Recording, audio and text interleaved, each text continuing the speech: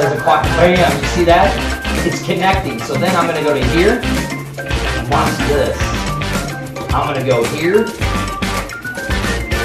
And I'm gonna go here. Okay. We're broadcasting live on all of our pages. Both of our pages. Whoa. Now, So if I go to Sunday Brunch, I'll see that on there? yeah. And then so what you're gonna do is if you like close that little message window I have over there, right? Close this down? Yeah, close that tab window. Okay, so down here in the corner, if you click on that, that's what's gonna happen. Right here, see in the left hand corner? You click on that, it's gonna show you that we're live.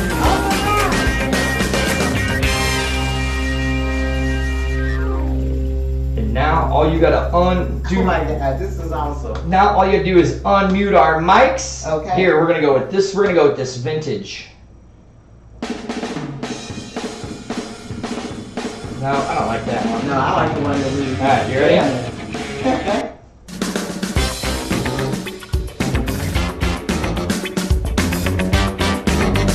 Whenever you're ready, you want to do this. Now, we don't need to go put in One Nation Under the Roof? It's already on there. All right now. If I can hear us right now, it's just, we're going on 10,000. Okay. But we ain't talking any trade secrets right now, Right. are we? Nope. Oh my God, this is awesome. Now all I need you to do is unmute the mics and then we're live on Ferguson USA. Unmute the mic. Just hit one and forward. And welcome to One Nation Under the Groove. Oh, let me turn this down. You know, we're sitting here trying to do all of this new stuff we got going on. He's showing me new things, guys. There you go. Can you hear me okay? I can now, and this is dirty. Move our our phone number. Oh, let me get back to that page. I'm trying to show everything. Where you want it, boss? If you Oh wait, it's not shrunk enough. It's not shrunk enough? What an idiot. Who did that? What moron did that? I think that would be our technical person, Dirty. What idiot did that? What's up, guys? Welcome to One Nation Under a Groove. We apologize for the late start, but oh my goodness. I don't Dirty has apologize. our technical guy. He wouldn't apologize, but you know I'm the nice one, so I will. Right. You should see how he's hooking up the studio, guys. We have our monitor up, and we're actually broadcasting from that with a new system that he's using. And Yep. it is, and you know, like I said, I've podcasted for like 6 or 7 years, and whoa, I'm amazed. So you're blowing my mind over here. Okay. Well, I mean, you know, this is the first time you're using the program, Okay. and that's usually where you sit. I don't even have my hat on tonight. Yeah, you don't. Oh my God, I Yeah, just where's realized I that. actually see your hair. I know, right? Amazing. Jesus, don't tell anybody, But please. Jace, okay, so okay, I know you're still working with that. No, you're good, go ahead. But while we're now, talk to me. You have lost how many pounds since the last time we Officially broadcast? 16 pounds today. Down 16. 16 pounds. And all I've done is Wow. basically changed my diet and how I eat. Exactly. Sorry, I didn't mean for you to hear that, but It's okay. you know, my mouse is all jacked up. I don't care if the people hear it. Mm-hmm. But so yeah, so Of let course, me do this. we care if you guys hear it. Right, of course. There we go. Is that better? There we go. Look at that. Oh, much better. There we go. Let me put it down, right? There we go. There's the phone number if you guys So- want to call us 314-388-9622. And we're broadcasting from Ferguson, USA, HotTalkRadio.com. So, 16 pounds, Dirty. That's awesome. It is. How are your clothes fitting on you? Here, you want to see? Okay, he's Look, gonna they're show falling off. Look at that. He loves showing me his Look at stomach, that. guys. Look, oh like- my God, that is. I great. couldn't. This Look at that. shirt was more Okay. like a crop top. Really? It's an extra large, and now it kind of fits over my belly. Exactly. So Wow. that's a good thing. And are you missing any of the foods that you used to eat? To be honest, no. I Exactly. am not even. I mean, me and my wife were talking about it just the other day. Okay. We were coming back from the Strawberry Festival in Kimswick. Oh, okay. Okay, and we were talking about it. And our friends, they went out to eat. They went to Tequila's Oh. down there on Baumgartner Road to get nachos. And you know, it's my best friend, one of my really good friends. He's been there through a lot with me Okay. and all that. And I was giving him trouble, going, man, that's all shit you're putting in your body, dude. Right. He's like, oh, shut up, and blah, blah, blah, blah. He's like, I'm gonna go eat it. And so we were talking about what it was like for us to go out and eat. Mm-hmm. Okay, and so we're coming by McDonald's, And I was like, man, what do you think it would be like to put a McDonald's burger in our body right now? And she goes, I think I would literally get sick. I think I'm going to have to agree with you. Like, I literally don't. Like, my favorite thing in the world is Jack in the Box tacos. Okay. And I don't even crave them. Excellent. Okay. I love curly fries. Right. And I don't even crave the curly fries from Jack in the Box. It's disgusting to me. Right. Now, you guys are cooking more at home, doing your own cooking? Well, I'm not. Okay. My poor wife is. And she's actually doing the diet along with you, She is, right? and she is down 10 pounds. 10 pounds, all right. Yeah. Deborah, right? Yeah. She's right, loving it. Our special effects? We need to clap. See, I got too much going right now. We'll get it. This is more like a tech fest here. Right. It is a radio station, but I mean, that is awesome. Yeah, I mean, right now, this is basically us. I mean, as you see, we got headphones on now. Right. Because a lot of the guys, some guys were complaining about, well, I can't ever hear and blah, blah, blah. I'm like, well, get on the microphone and listen to the monitor and you'll be able to hear. Absolutely. Well, guess what? They still didn't listen, so I was like, okay. We went out and bought a new 10-piece headphone channel. So we're going to go, so now. That's what this is? Yeah, that's your headphone box. So now you can actually hear yourself. Awesome. Better. I mean, I can hear myself anyways because I'm loud. Do want to remind you guys that if you're interested in advertising on Ferguson USA Hot Talk Radio, make sure you contact Jason Dirty Spurgeon, Tim West, or Linda D. Brown, and we'll be more than willing to help you guys up. Yeah, and the website. Yeah, go ahead. With the website, it's still in the works. Right. I'm still wanting to get all the shows lined out of who we have. Right. And then so you'll be able to broadcast from each. So if you do advertise with us, you're going to advertise on all of our shows. Absolutely. We're going to have spots. Right. For the tops of each hour and all that stuff that'll be played. Exactly. And then you'll be if you sponsor the entire station, if you do an entire station sponsor, you'll be broadcasted and sponsored on every single show. Wow. That is in the family. There you go. So contact us, guys, for information about rates on that, okay? Yeah, so exactly. That's absolutely good thing to do. Another thing that I wanted to bring up, Jay, and I didn't write it down. You were talking about it, and it just went. All right. Was it something we were talking about earlier today? It was. Oh my goodness. All right, so I'm back. I had some health issues. Okay, you're back. Yeah, I think I'm dealing with a little arthur in my back. Oh. Because I noticed every time it would rain, I would have issues. Wait a second. Did you move that there, or did somebody else? This has always been here. No, I had them over there. Oh, this was always here. So I mean, somebody moved it today. Oh, of course. No, who's here? I think. No, leave it there. It's fine. I don't need it here. No, you're fine. I mean, nope. Okay. Isn't there notes all over it says don't touch anything? Yeah. People, leave it there. You're the boss. Actually, if I could move it over, there that you go. would be great. Yeah. And then that way, if we get called, then that way I can put my notes down. Right, there you go. It was something I was going to ask you about as we talked about the broadcast. But let's talk about your back. Oh, much better. I had my grandson spend the night, and so we ended up doing an epic water gun battle in the pool, and I beat him. Of course, he won't say that. And then we ended up playing a game of horse, and I beat him again. I know, right? How old is he? He'll be 10 on the 25th of this month. There you go. Exactly. And I told him, I said, I don't let you win just to be nice. You have to earn it, dude. I still can't believe you're a grandmother. Oh, well, thank you. I still cannot believe that to me. Yeah. He has a 4-year-old brother that is not my biological, but that's my grandbaby, too. So. Yeah, you kind of remind me of my mom. That's kind of what my mom is. My mom's got all of these kids. Absolutely. And I'm just like, Mom, you only have 3. She's like, no, I don't. I have this one, and this one, and this one, and meh. I adopt the guys that I work with, the young kids. When I used to work, I used to adopt them. Oh, that's my stepdaughter. That's my work daughter. That's my work son, So let's talk. It's a lot of things that's been going on since the last time we actually broadcast. That is true. A lot of things. Yeah. So, we just had an incident in Arizona with the. You want to talk about that? Well, I know there was the one thing you wanted to talk about first, the suicide. Okay, do you want to go ahead and talk about that? So yeah, let's get that one out. Okay. All right. Let's get the personal BS. So yesterday, just recently, there was another murder suicide from a wrestler. Killed his wife and kids. No. It was very, very sad. And and by the way, we are broadcasting live on One Nation Under the Groove also. Absolutely. Just wanted to let you guys all Did we know even that. say that? No, I just did. One Nation. So who was the rest? I can't remember. Okay. I mean, when I hear about any kind of suicide, it really strikes a chord with me. So the boys were talking about it the other day. Yeah, I know you can't see Linda. We're just playing with it. We're just playing with it. Linda does not need to be seen. Right. Thank you. Linda doesn't need to be seen, Arlington. So Right. mind your own damn business. Hey, Arlington! I can't wait to meet Arlington. Arlington is always so faithful to promote our shows. He's awesome. So shout out to Arlington. But no, wait a minute. When you see all this fat, I need to hide.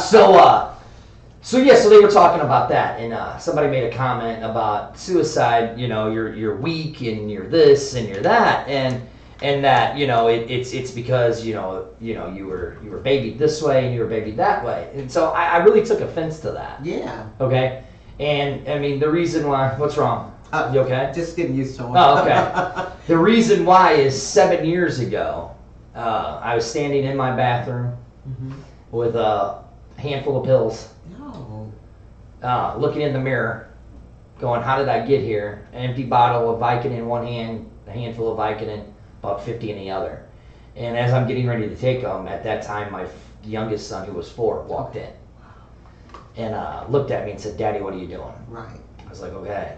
And that really struck a chord with me. Right. So I went to at my time my ex-wife, and I said, hey, I'm done. We're done. This is it. So you guys were married at that time? Yeah, Okay. and I'm like, I can't deal with this and anymore. And the marriage was faltering. Yeah, it was. Okay. It was for a long time. Yeah. And I just let it take me to. I don't blame her. It's not her fault. No. It was mine. It was something I dealt with for at that time. I'm 42, so I was 35, 34. Okay. So it's something that I had dealt with for all of that time. Right. And I would blame everybody else for my problems. And I told her, I said, this is it. I'm done. I'm going to the nut house. Sat in there for 3 weeks. Okay, that would be a psychiatric place, in-house? Yeah, right over there in Nut Highland. house, please. The Highland in South County. Oh, okay. And it's really my phone. Okay. It's really sad when you take a long, hard look at yourself. Yeah. And when you're in that room, there's only one person there. And then you start to reflect on everything that you've done throughout your entire life. Right. And you come to the realization there's only one person to blame, and it's yourself. Right. And you can't blame everybody else for your problems. Exactly. So, sat there for 3 weeks, and then they're like, well, we're going to give you medication. I'm like, no. I'm like, I'm like, I was on Ritalin as a child. Okay. I didn't like what it did to me. Right. I don't want medication. Right. You're not going to give me medication. Well, we have to. I'm like, no. Okay. You're not going to give me medication. Right. Plain and simple, I'm not doing medication. Right. Well, we got to do something. I'm like, then you show me a way how to cope. And, I mean, they really didn't until I met this one therapist. You know, and I was telling her everything. I said, and she just looked right at me. She goes, you're just a sad, sad, sad person. And she goes, it's pathetic that you let everything else around you run your life, and you blame everybody else for all your problems. I'm like, what are you? You're a therapist. You're supposed to tell me what to do, not tell me. Was that a wake up call? Yeah, and I mean, it was really weird. So I mean, it's like literally when you're sitting there and you're by yourself in a room for 72 hours, because that's basically when you say you trying to commit suicide, they keep you for 72 hours. And so you start to think, and then I found a book called The Secret. Okay. And I read the book. And now, you know, we always talk about religion and spirituality. Well, I'm more spiritual now because that book literally changed the way I think now. Okay. You know, it's about positive thinking. Laws of attraction. Laws of attraction. Exactly. And it's amazing. So when I started slowly implementing all this stuff in it, how my depression just started going away. Okay. Okay? And, I mean, I still deal with it every single day. I mean, that's one reason why I don't own a gun. Exactly. That is one reason. I'm sorry, could you repeat that, please? That's why I don't own a gun. Exactly. Do you guys hear that? If you, and I can't tell you how many people, just to take a quick go ahead. here.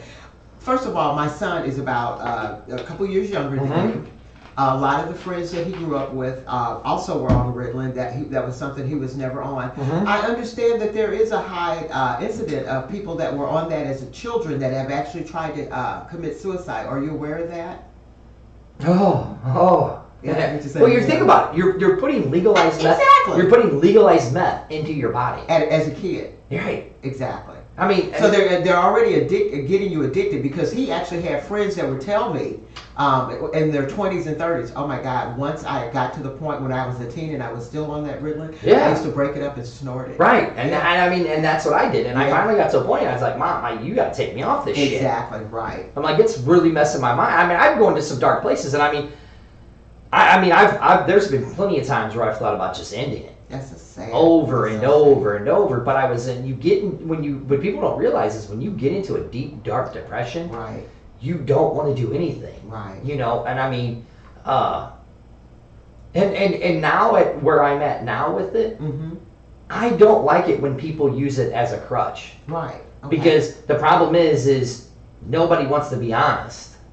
And no, a lot of them, because of the stigma attached to it, will not go get help, especially in the black community. Right. I mean, yeah. It's still like, oh my God. even with white people. I mean, when I was in Highland, it was a very diverse group of people. I mean, it was probably, I'd say, split evenly between from all blacks and whites, but that could be minorities and everything. Okay, now you got to remember we got a little age difference here. Well, yeah, right. So I know in my generation, that was actually like a lot of things, unfortunately, mm-hmm. kept secret, mm-hmm. frowned upon. Mm-hmm. You don't tell anybody that you need help. Mm-hmm. It could be the reason why you're seeing such an increase of African American children and children of color is because they also started putting their kids on that Ritalin crap in school, mm-hmm. because that's what the teachers and the counselors would tell the parents that's what they need to do. Right, exactly. The sad thing is, now, he talks about his journey with spirituality, and my anointing is actually spiritual warfare. Okay. And when the government came out, when my son was about maybe 12 or 13, you cannot spank your children. If you spank your children, they can call the police on you. No. But see, but here's the thing though. We stopped disciplining our kids. Yep. And this is why we have the kids running amok like mm-hmm. they are now. Because let me tell you something, I freaking had a tree with my name on it in the backyard. You know what I'm saying? And every time I did something that was against the rules, because my parents had rules. And I got my ass whooped. I mean, I don't know. And guess what? It didn't kill me. Right. And I don't know. Look what I'm doing. Right. I don't know how many times my grandfather said, "Hey, go out to the tree, grab a switch, come back in." Right. I don't know how many times. Now, was that before or after the edict that you couldn't beat your kids? He didn't care. And I don't blame he didn't care. Exactly. I mean, I remember there was a time. And can I ask you a question? So, if you had a grandparent that actually did discipline you, mm-hmm. and you had a mother that possibly didn't, it was easy. No. Did she discipline you want to you call as her? well? You want to call her? No. I take your word for it. She used to beat me with hot wheel tracks. She beat me with race car tracks and leather moccasins. How did you end up getting on Ritalin? If you cannot tell, I'm a very hyper person. You really are. Maybe do you think a lot of it was because a lot of it, Jay, is because we don't value our worth. And when I was just working a job and not doing all the other creative things that were inside of me, I was miserable. Right. Do you find now, since you're doing all this extra stuff and the stuff that you love to do after work, that makes it a little easier to deal with my thoughts depression? That might be, yeah, it really does. Okay. Yeah. Because you should know your worth. This station could not run without you. No, I mean, and I. Oh no, we were getting ready to look up something. See, you can look right over there. Oh, there we are. See, I got you right over there. Yeah, look, he's got So you still got to get used to it. I do, right? See, now next week you'll probably be running it from over there. Yeah, I'll still have to work with you. You need to try this. And I have someone coming on my show Sunday. Marlene Trice is coming on to play the cash flow game. If you get a chance, maybe you can come up. All right, yeah, I should. I might try that out. Really, did you try that? I haven't. Years ago. Cash flow. It's Robert Kiyosaki, Rich Dad Poor Dad.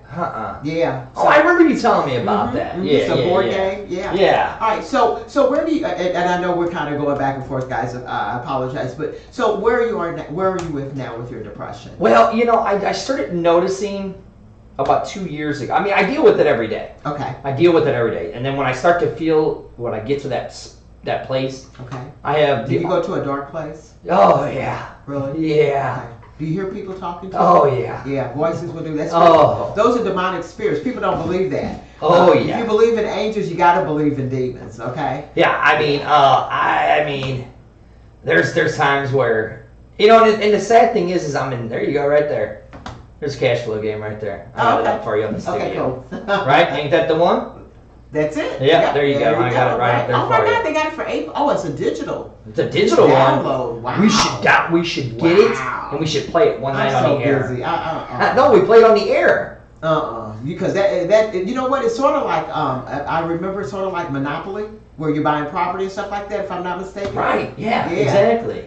So I'm gonna do this. Look at it. But this is what she's going to actually show. There you go. There you go. Absolutely. If there's a way you could take a picture of that, and we'll put it on our website. There right you here. go. Watch this over All there. right. So no, I mean. See what he set up for me, guys? And he's talking about he doesn't know his worth. Buddy, I'll tell you your worth. I couldn't do this without you. No, I mean I know where I stand. Okay. And I know with my wife now, me and my wife now, it's unbelievably I'm happy. Yeah. But again, she's very supportive. That makes a huge difference. Yes, and I mean Right. she supports me doing this. Yeah. And all of this crazy nonsense all the time. You teach your children. Did I just download that? Yeah, it's gonna download and then you have to put it in I'm your still trying. There you Hold go. on. Perfect. See, I don't know. There it is. Yeah. Go look up cash flow board game, people. And then we can actually put it on the website after. Right. After Yeah. the show. Oh, there it is. There you go. Did you save it? I did right there. Save. Okay, cool. So there you go. There's the game right there. Oh my God! Look at this. That's cash flow the board game. It is a fun game. Okay. I It do is a remember fun it. game. I do You remember that? remember it. Okay. Yeah. Right. Like I said, I think I'm not trying to be funny. I think I was like in my 20s when I played it. So it's like 40 years ago. Right. So I mean, I still go to that dark. I'll still go to that dark place. Right. And I mean, even though I'm happy, I mean, it's just something I deal with. Right. And like when I hear about these people that commit suicide, like the Chester Bennington from Lincoln Park that just committed suicide. Kate Spade committing suicide. Robin Williams. Yeah. And people are like, oh, you get all this money, you're happy. Nah. These people had Chris Cornell. Yeah. These people had millions of dollars. Right. And they're not happy. All money ain't good money. No. Exactly. And again, I mean, there's been times where I've just said, you know how, like, especially when I was doing trash. Okay. I was like, you know how easy it would for me to just throw this wheel and put it right into that tree, and I could visualize all of it. Ooh, I could visualize all of it. You know what I'm saying? Oh yeah. And I'd be like, I'm going off on a dirt road and there's like the cliff next to me. I'm like, you know how easy it would be just to pull the wheel towards that cliff? You have to read my Seed of Satan book. I actually have a demon actually enticing people to do that, and they actually do. He convinces this young boy to kill himself because they actually accidentally taped them. And see, and I think that's why when I was a kid, I was always hurt. Yeah. Because I would do everything. I could see it and then I'd visualize it, so then I would do it, hoping that it would kill me. At what age do you remember having these thoughts? I would say around 5 or 6. That is too freaking you. Wait a minute. 5 or 6. Are you serious? Were things at home that bad? I know. I mean, my parents divorced when I was 11. Okay. But again, I don't blame it on my parents. But at 5, you can't blame yourself. You're just a kid. No, the stuff that I would do. It was the stuff that was in my head that would tell me to do it. Okay, there you go. It was the stuff that was in my head. So you were listening to a voice. Yeah. Did you, at that point, did you ever think of the voice that you were hearing like as an imaginary friend or something like that? God, yeah. His name was Mr. Licky Lack. Ooh. Mr. Licky Lack. Yeah. I mean, I was. You guys didn't go to church, did you? No, I was going to be a minister. You did. I was supposed to be a minister. That's why you were attacked. Mm-hmm. I was supposed to be a minister. Right. Right. No, I remember at the age of 7 years old, my mom and dad fighting And I think that's really when it really started to manifest. Sure. They were fighting, woke me up in the middle of the night. Mm-hmm. And this was right around Christmas time. Okay. And I woke my little brother up just to ruin it for him. Just to ruin it. Just so I could. Wow. So the thing was is I didn't care what had happened to the people around me, as long as it got me attention. And that's the thing, it was negative attention. Yeah. You white people like that negative attention shit, don't you? I'm sorry, I just had to put a joke in there. That is so sad. You're right, and it was. And as I look back, and for the longest time, I blamed my mom, I blamed my dad, I blamed everybody around me. But it wasn't until I sat in that room and I listened to these people that everything that I'd caused in my life, all the negative shit I'd caused in my life, was all because of me. It was everything I did. And I mean, I'll always remember the analogy that I remember when I was sitting there. You can point the finger at everybody else in the world to blame them for your problems. Mm-hmm. There's always 3 fingers pointing back at you. That's true, but not when you're a kid, though. When you're 5, it's something else. Well, I mean, Come on now. Well, and then that's when they put me on Ritalin, because I remember there was one day I stood up for 56 hours straight. Didn't sleep 56 hours. And so that's when they put me on Ritalin. I was a case study kid for Ritalin. I mean, if you look at my arms, you can't really see because of the lights. They look like I was a heroin addict because they would shoot Ritalin right into my blood veins. Why did they? Wait a minute, you weren't taking a pill, they were shooting it? When I was younger, yeah, because I was a case study. I was one of the case study kids. So you were a guinea pig? Pretty much. And that's probably what led to the either further depression as you got older. When I was a kid, I can't really classify it as a depression. No. But it wasn't until But if you're speaking to imaginary friends that are telling you, because I don't know if you saw, I just posted something on Facebook, because like I said, people don't realize, again, if you believe in angels, you also have to believe that there are spirits that don't mean good things for you. Right, exactly. And there was something that somebody had posted on, I think it was on Twitter, and they were like, oh yeah, I remember being a kid, and I was like, she said she remembered following her sister or brother into the kitchen because they were always talking about their imaginary friend. And one day she followed them in the kitchen, and she heard her brother or sister go, "No, I can't do that. I will not give you a knife to hurt my family." Right. Yeah. Did you see that? Yeah. Yeah. And there was times where I would hear stuff like that. Yeah. And then I would stop it. Yeah. Because then I would purposely do something to hurt myself. Yeah. And it really didn't manifest until I was about 12, 13. And then that's when the stuff really started going, and that's when I was doing crazy things. Right. It wouldn't be anything for me to jump off a 2-story roof just to see what would happen. See, now, you needed a mother like me. Oh, no, I was beat constantly. Forget the beating. Let me tell you what my son was told, maybe at the age of 3. Look, I do not like to wait. I do not like hospitals where I have to sit there and wait while you're in the emergency room. So please don't do anything stupid that will make me have to take you to the emergency room and wait. Yeah, see, I heard we that. We never, ever went to the emergency room. Right. And he played all kinds of sports, but he knew not to do anything stupid. Right, yeah, I heard all that. My mom's like, nope. And she'd say it, I'd do it, and then I'd take my ass whooping, and then turn around and do it again. Oh my God. Yeah, it was bad. And then, so it's there. The best part about it, here's my best advice to anybody. Okay. When you start feeling that way, just reach out to somebody. Exactly. Just reach out. Right. Call people. Right. Or just go on the street and talk to a stranger. Right. And talk to a stranger. Yeah, but that might not be such a good idea, because that might be the very person that would tell you, "Oh yeah, go ahead and do that." Yeah. I know how many times I just walked up to a stranger and just started talking to them. Did you ever try the suicide hotline? Yeah, I tried that. Okay, tried that. I just give you the same bureaucratic bullshit that they're gonna give you. Yeah. And and I'm not saying that what worked for me works for everybody. Right. But sometimes you need somebody tough. Oh, yeah. Sitting across from you saying, guess what? Right. Suck it up. Life sucks. Does it suck to be depressed? Yes, it does. And I do believe, Dirty, that a lot of kids, especially young White kids? White kids. Oh, yeah. Tend to think that, and I see this now in the black community, that everything is supposed to be perfect. It's like... And life isn't. No, not at all. Life is not perfect whatsoever. No. You have to go through... Here's what they fail to realize. Sometimes you have to go through trials and tribulations to find out exactly who you are. Exactly. And what you can do. Because now all of the stuff that you went through, you probably had no idea all of this stuff that you do now was even something that you could even fathom doing back then. To be honest, the one thing that made me feel better is talking. Okay. And I remember listening to Howard Stern for the first time in 1993. Okay. And I was like, that's what I want to do. Okay. That's what I want to do. And at the time, my ex-wife was like, oh, that's stupid. You ain't going to do that. Blah, blah, blah, blah, blah, blah, blah, blah, blah, whatever.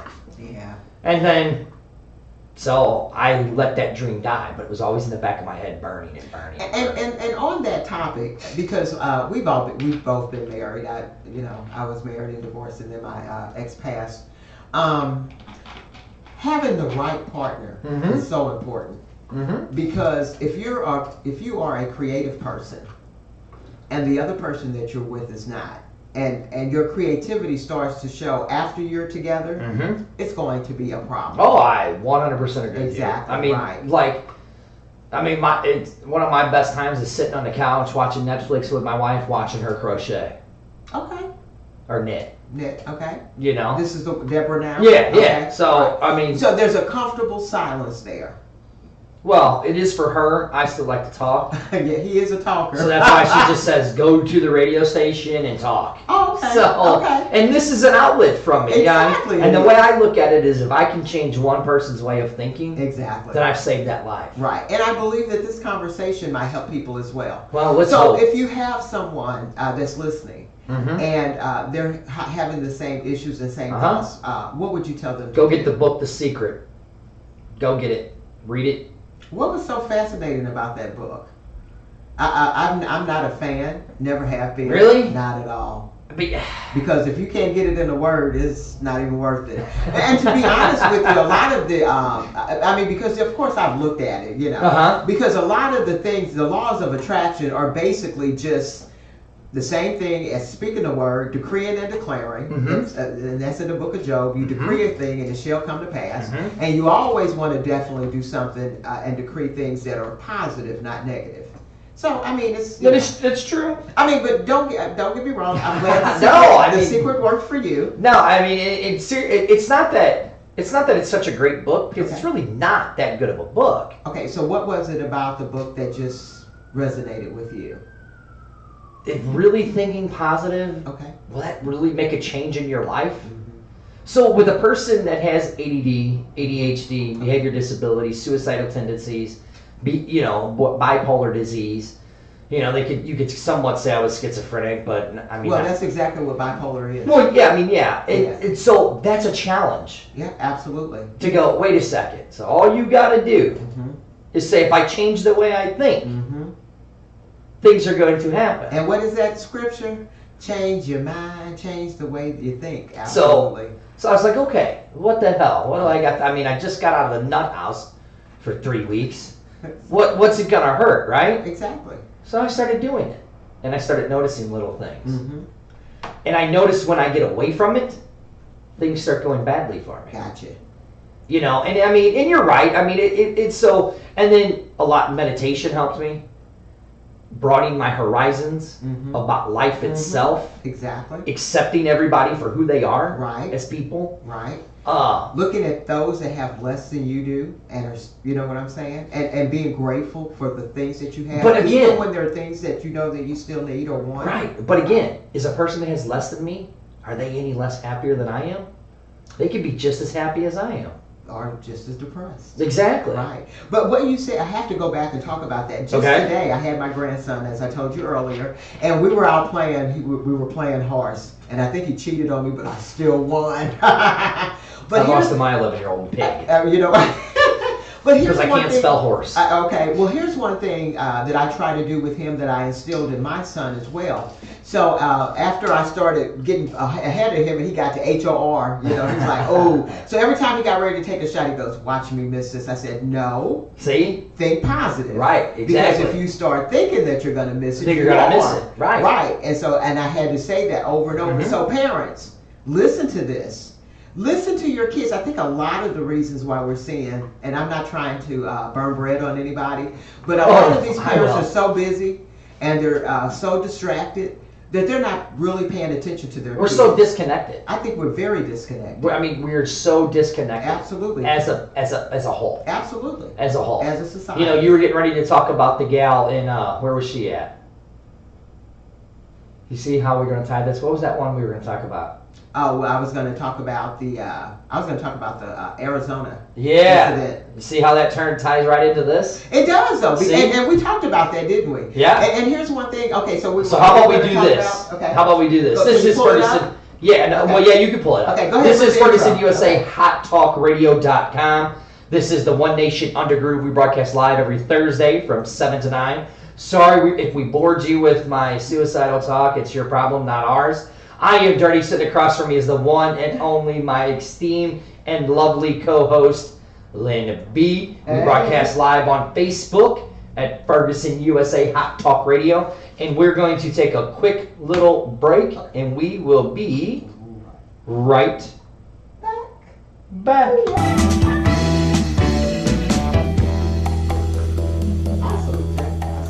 See, I'm going to mute 1 and 4 real quick. I don't ever care about what happened. But always, what? Did I mute the wrong thing? I did 1 and 4, didn't I? No, I did 3. There it goes. I'm never. Good. So my grandson is going through. Yeah. We'll talk about it. Yeah. That's a come on. Well, that was quick. Is that quick? Well, hold on. I'll do this one. Can you find this one? Yeah. Arizona cops on Facebook. Okay. And then they have the video. So you can tie it into the and then there's something like that. And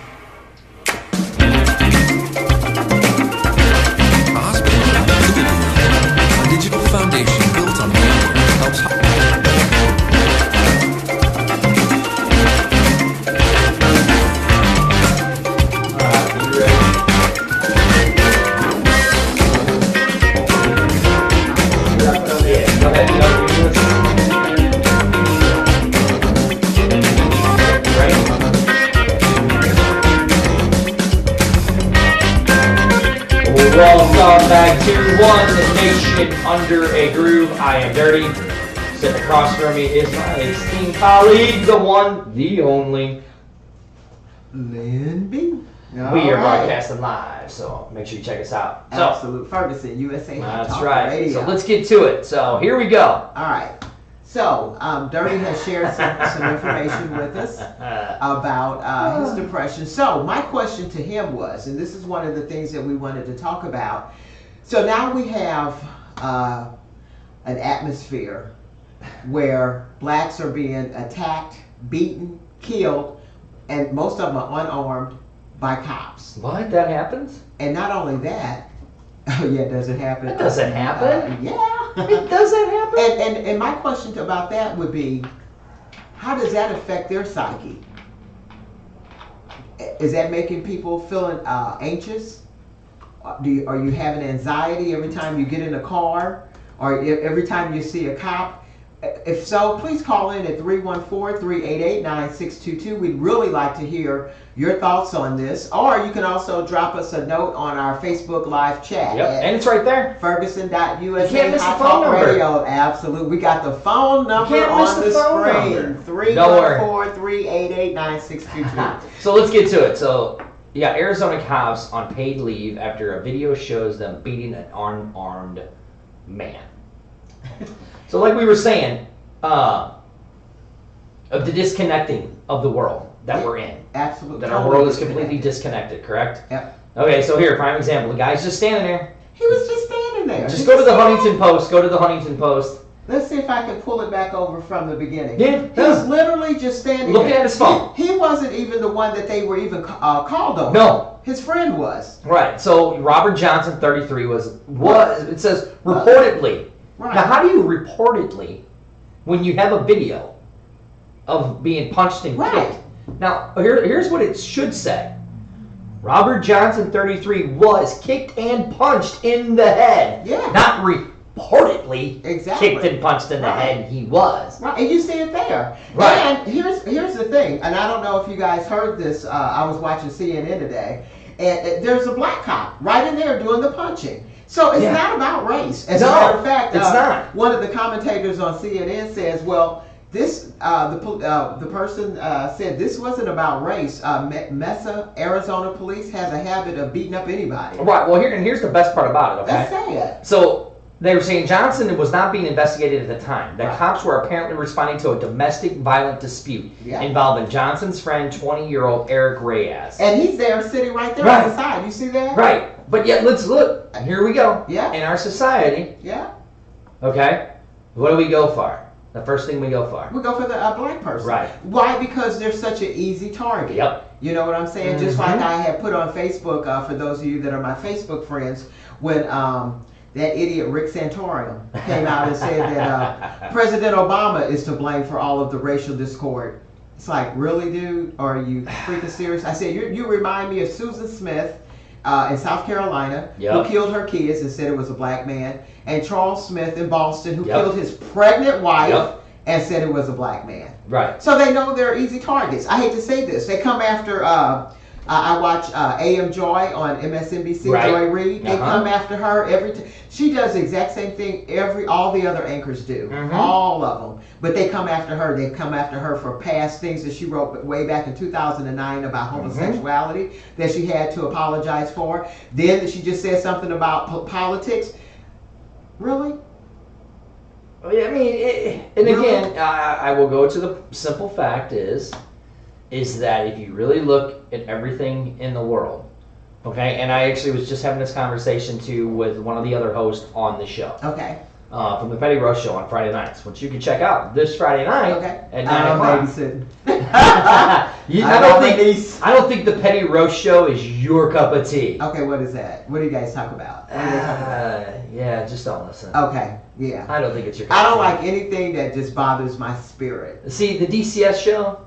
I'm gonna have to, yeah. Well, not God. Maybe. See, that's why everybody's like, man, Dirty, I can't believe you can do the DCS show and then go to doing this show. Right. You know, the DCS show is, we're more of a pop culture show. Okay. We don't talk, like, Damien. You know that's my grandbaby's name. Right, yeah. it's more of a man's view of how the world is looked at. Right. So like when we talk about, if we talk about race relations, it's coming from a man's view, which makes our show totally different because, I mean, we mainly focus on race relations, and we're coming from two different generations, like our tagline. Absolutely. And two cultures. Absolutely. You know? So yeah. You might like it, but we do get a little foul sometimes. Again, I'm very careful, seriously. Right, yeah. About what I put into my ear gates and my eye gates. Yeah, and that's what people say. They're like, man, Dirty, you do that show on Mondays, and then you go and do the wrestling show on Wednesdays, and then you go do the show with Lynn. It shows how diverse, extremely how diverse you are. And exactly. I'm just like, No, I've studied and looked at things and see things differently than most people. And you know what? Can I tell you something? That could actually be some of the source of your depression, because you're seeing things that most white folks prefer to put their head in the sand and ignore. I'm gonna tell you why I say that. It's a good possibility. Yeah, when I worked for this chemical company back in 2004, I remember having I was the only African American in the office. It was like 5 women. I was the only African American. They had never, 30 years in the Baden area, they had never hired a black person in the office before. So we had some pretty interesting conversations. So this one particular day, I was actually sharing some truths with them because I had worked for TWA about some of the incidents that happened. And they literally told me, one of them, her name was Suzanne. I don't even know if she's still alive. She was like, I don't want to know. I said, you'd rather have your head in the sand? Yes, I don't want to know. It's just easier for me not to know that. And can I tell you something dirty? We as blacks see that as an issue with white folks, because just like I put on my Facebook page, I have so many white friends on there, and when I put posts like this about what happened with this man, I'll just get a few whites that'll comment. But it's going to be the whites that actually have to have the outrage and start complaining about what's going on with this, and not sit back and go, oh, well, I don't want to get involved. So, I don't want to talk about that. It's funny that you... She's funny. I love it when you cuss. I know, he loves it when I talk about it. It's funny that you say that, because me and the wife just got that new membership. I'll talk about that. To Lost Valley Lake, okay? So, we're down there. Okay, and I mean, yeah, it's a predominantly white resort. Right. Okay, it's a little getaway. It's back where the hillbillies and the people put their boots on and make love to sheeps. You hear a lot of banjos playing. Ooh. You hear a lot of banjos playing. Okay. So we're down there, and there's some people down there. Just everybody's down there, and we're all in the gym, right? Okay. And this is my friend's son's telling me this. Okay. And I literally walked in, like right after this happened. Okay. And there's a the kid couldn't have been no more. I'm not even going to call him a black kid, because he's a kid. Right. I could care less about his damn skin color. Right. He's a kid. He was like 12. He's a kid. He's probably like 15, 16 years old. Okay. And what was he doing? Just playing basketball with all the other kids. So nothing criminal. Nothing. Just playing basketball. No, you didn't know that? All 16-year-old black kids do stuff that's criminal. Absolutely right. Yeah, he was probably, I did see him over in the corner looking through phones. Or maybe smoking some crack. Right, he was. So no, the kid's just sitting there playing basketball. Absolutely, right. Not very good. Just playing basketball. Okay. This kid, it's probably like 5 or 6 years old, walks up and says to his mom, "Hey mom, look, it's an N-word." Except he doesn't say the N-word. Right. He says the actual word. Because that's something he's used to hearing at home. No, it gets better. The mom goes, "You can't say that in front of him." Right. Again, because he's used to hearing that at home. So now this poor kid, okay, I'm going to degrade him and I'm going to stereotype him, which I don't want to do, but I'm going to. This poor 15, 16-year-old black kid, there's him and all of these white people around him. What's he supposed to do? Thank you. Does he dare make a fuss? He laughs. Exactly. He laughs. So my friend's kid goes, "Hey man, that's not right." So he kind of stuck up. So I come walking in, and he knows me. So he's like, "Hey, let's check this out. You see that kid over there?" And I'm like, "Yeah." I'm like, "Why?" He goes, "Well, you know that kid that was just out here that's all jacked up. I mean, the kid was built. The kid was jacked." The little 5-year-old? No. The 15-year-old. 15-year-old. Okay. I go, "Yeah, why?" He goes, "Well, that little kid just walked in here and called him an N-word." Yeah. I'm like, "What?" He's like, "Yeah." I go, "What'd the mom do?" She goes, "He just walks up to him and says, you can't say that. You can't call him that in front of him." I'm like, "Are you serious?" He's like, "Yeah." I was like, okay, got it. So I'm in there playing basketball with my kid. The mom and the little kid come walking over to me. And I go, "Zach, watch out. I don't want you to hit the hillbilly." So, but can I tell you something? Well, the lady looks at me. She goes, "What do you mean?" I was like, "Oh." I said, "Zachary, don't call them hillbillies." In front of them. In front of them. What's that supposed to mean? I go, "That's like your 5-year-old son walking over to a 15-year-old kid and calling him the N-word. I go, you should really be ashamed of yourself. Right. Did she just blow you off? She goes, well, and I was like, if that's what you want to teach your child, exactly, then that's a sad, sad day.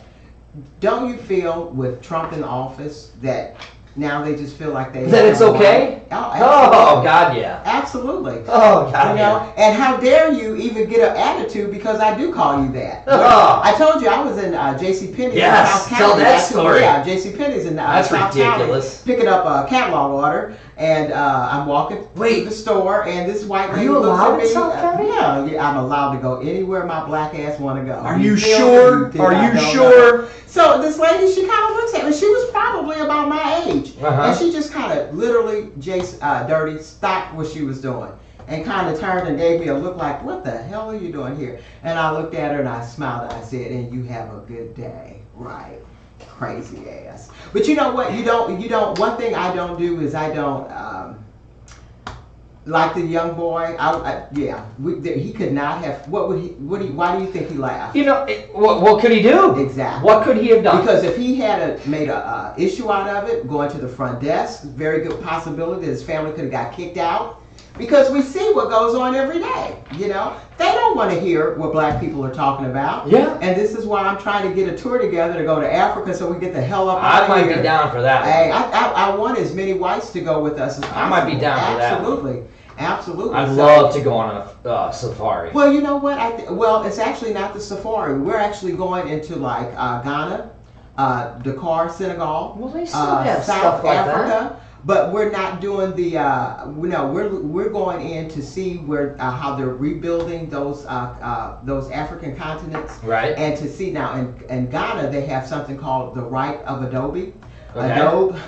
Right of abode. I'm sorry, right of abode. Right. Where if you came from Africa, which my DNA your DNA that I shows came from Ghana. That's right. That I can actually apply for a citizenship there and have dual citizenship. Really? Absolutely. Okay. And I think because Dirty, I think that what we're looking at is going to get worse before it gets better. Because come on now, you see come on now. Let's talk about President Trump, what he did with the Philadelphia football players. You know, none of them even kneeled. And the ones that they tried to say kneeled were actually praying, and Fox News had to apologize. Right. You know, and here's the sad thing, okay? Here's the sad thing with it, okay? Okay. Here's how I look at it. Oh, sorry, I didn't mean that. I just want to see some of the chats. Anybody chatting and commenting in there? I know we got people watching, I can see. Are we on a delayed? Because I see myself talking and I'm not talking there. But yeah, you're on about a 15 seconds delay on that one. Okay. Yeah. Okay. So you're on about before you do that, let me give him a shout out. Go ahead. We got Tim West. There we go. Vader. Tisha Kenny Alvis.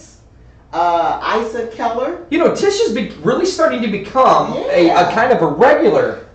Of course, Arlington Lane II and Robert Cromwell and Matt Beechler. Oh, good old Beach. Is that Bill Beach? Matt Beechler. Yeah, Beach is a big he's a big old fat idiot. Welcome to One Nation Under a Groove. And guys, feel free to leave a comment. We don't attack people. We speak our minds. We don't? But we don't. Lynn B doesn't. Dirty will get you. You got to watch him. You say something stupid, I'll get you. Well, speaking of stupid, what about Rudy Giuliani and what he said about Kim Jong-un? And how he begged and pleaded and got down on his knees to have that summit with President Trump, and that's the position that they want to see him in. Oh my God! I love Rudolph Giuliani. He's a retarded asshole. Hold on. Could you love somebody that's a retarded asshole? Hold on. Look what he did in New York. Like. For prime example, I mean, he was one of the major influence of getting the mob out of New York City. Okay.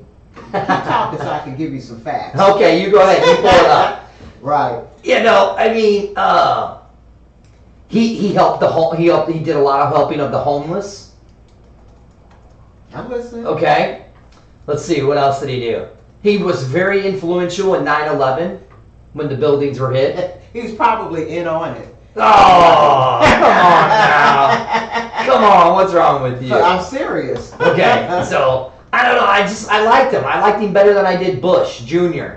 Oh, now see, that's so fun. I love me some George W. Bush. Well, I loved him because he said stupid stuff. I know, right? I so missed I it. liked that. But I bet you I would have partied with George W. Bush. Now, those of you that I graduated think all with of me us in would've. 76, we would have partied with George W.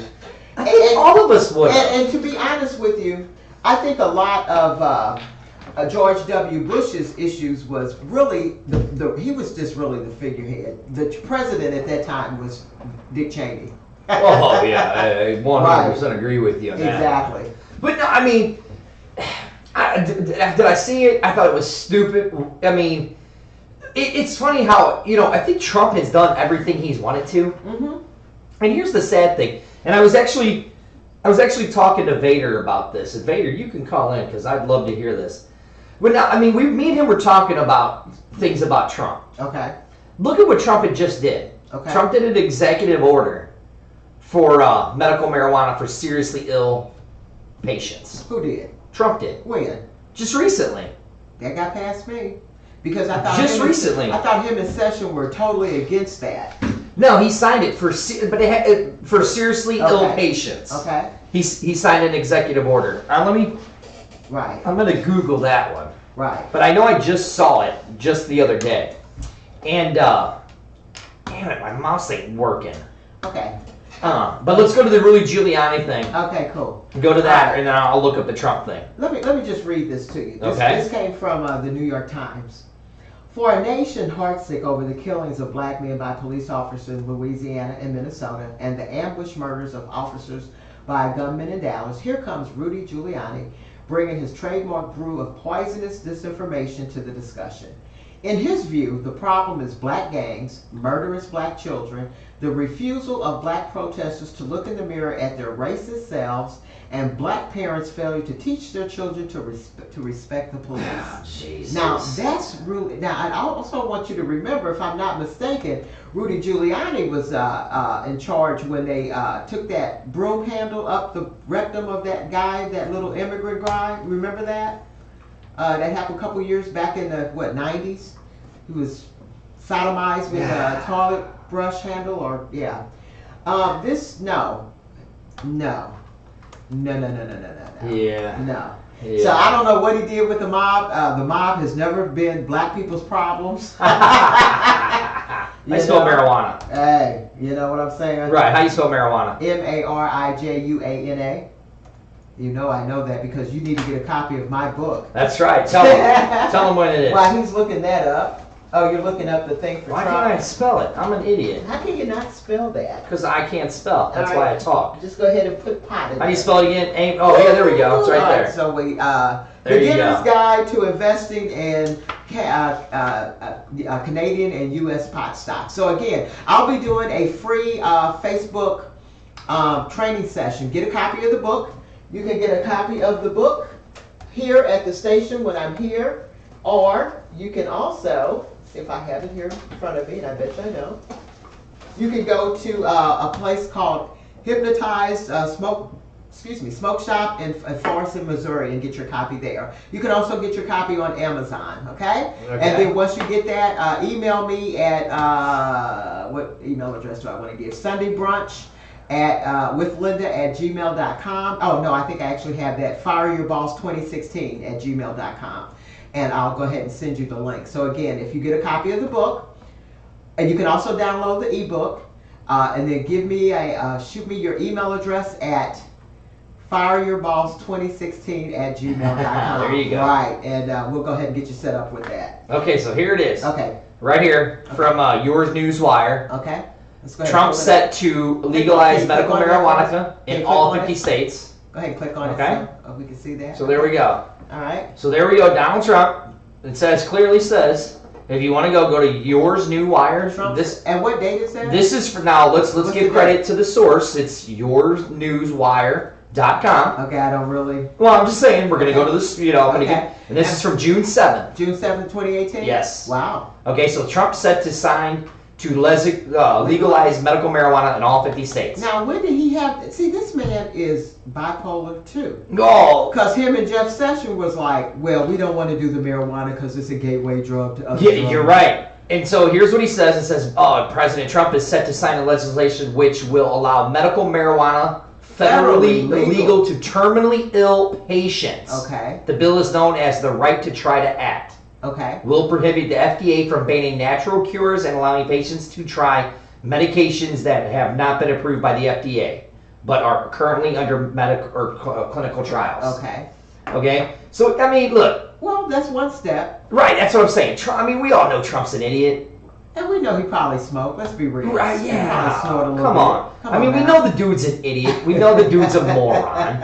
Okay? But here's the thing with Trump is, I mean, like right here, if you look at it, the right to try was passed unanimously by the Senate last summer, by the House of Representatives, and on a Tuesday meeting from a vote to 259 to 269, after Trump personally lobbied for its passage. While the bill provisions are targets as wide array of medications, they are also applied to medical marijuana thanks to clinical trials. Okay. So, I mean... Well, look, that's a step in the positive direction. And then here's something that I love Donald Trump's Twitter. I love it. What? I love it. Okay, so right here, on May 23rd, 2018, it said, big legislation will be signed by me shortly after many years, right to try, and big thanks to Dodd-Frank. Ooh. So, right here, I mean, so think about what this is going to do. Right. Okay? Oh my God, now, it's a new industry. New industry, it's going to create jobs. Agriculture, absolutely. Right. Now, do I still support Donald Trump? No. Do I think he's an idiot? Yes. Right. Do I love what he says? Because you never know what stupidity's coming out of his mouth. You're damn right I do, because it's great TV. Now that's true. It's straight reality TV, our president. Yeah. Now here, what do you think about him pardoning the grandmother because of Kim Kardashian? I thought that was awesome. And shout out to Kim Kardashian West for actually taking it upon herself to do that. Here's the thing. Alice Johnson. Go ahead, hon. Maybe in all of his craziness and bipolarness, he actually, the sad thing is, might actually do something for our country. And you know what? That's the sad thing. Well, I don't know if you heard my show Sunday. I did catch into it a little bit. And one of the things I talked about was the fact that what I do love about having him in there is that he's breaking down departments and institutions that have been horribly corrupt for years. Yes. And just like I mentioned, CIA and FBI, go to COINTELPRO and read the redacted statements and all the Freedom of Information Acts that they got from that information. I love the fact, let's be real, fake news. Right. Black folks have been talking about fake news for years. Yeah. Here's one thing we laugh about. Whenever we see, okay, somebody's been killed, somebody's hurt, and somebody's been shot, if they don't show the perpetrator, we know that that person is probably white. Right, yeah. Because if it's a black person, he's going to be on every newspaper, every station, everything. So we have no problem with that. And yes, and also you and I talked about this too, Jason, that I'm dirty, that our ABC, NBC, CBS, MSNBC, they're all basically ran by 6 organizations. No, I 100% agree with you. Exactly. 100% agree with you. So it's a lot of stuff that I see him tearing down. And also, here's another one. Here's another one. This is from yournewswire.com. Okay. This is from June. That, well, I mean, it's what I found. Here's a man that was 50 years old. Okay. From Illinois, who was diagnosed with incurable, improbable lung and whatever that word is. You see that word right there? What is that one? Oh, pericardial. Yeah, that's why I'm Jew. Yeah, pericardial. Heart sac cancer, and was told by his doctors he would have about a year to live with the aid of chemotherapy. Yeah. So the man started looking for a cure for the chemotherapy, which left him in the blisters of his mouth, his feet, his hands, and everything. Yeah. Then he found supplemental treatments of cannabis oil. And then guess what happened? The man was cured. Absolutely. And here's the sad thing right here. Here's things that if studies that have done from people outside of the medical industry. Right. Okay? It says, as many of you may or may not know, the survival rating of lung cancer is incredibly grim. It is estimated that a prognosis of stage 4 non-small cell lung cancer is less than 50%. Sadly, this drops as the cancer progresses. For a stage 4 patient, the likelihood of recovery is 1%. Yeah. Aware of the odds against him, patient Darren Miller decided to supplement his chemotherapy treatment with cannabis oil. Clearly, he didn't want the way to extend his life, and he wanted to save it. After research the benefits of cannabis oil and reading hundreds of other people's personal stories of healing, Miller was confident that the treatment was right for him. Yeah. So the man started the treatment. Yeah. Okay. Miller's wife quit her job so they could qualify as a medical assistant. They moved to California where he could be supplemented with the controversial treatment. 7 months later, Darren is officially cancer-free and has hospital documents to prove it. Absolutely. Now here's the thing, okay?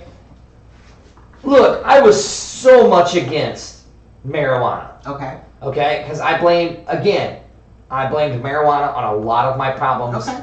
Because, I mean, I love my mom, I love my dad, but they're hippies. They were hippies. Yeah. And they smoked a lot of pot. Okay. But I blamed a lot of my problems on marijuana. For the longest time, I thought it was definitely the gateway drug. You know? Yeah.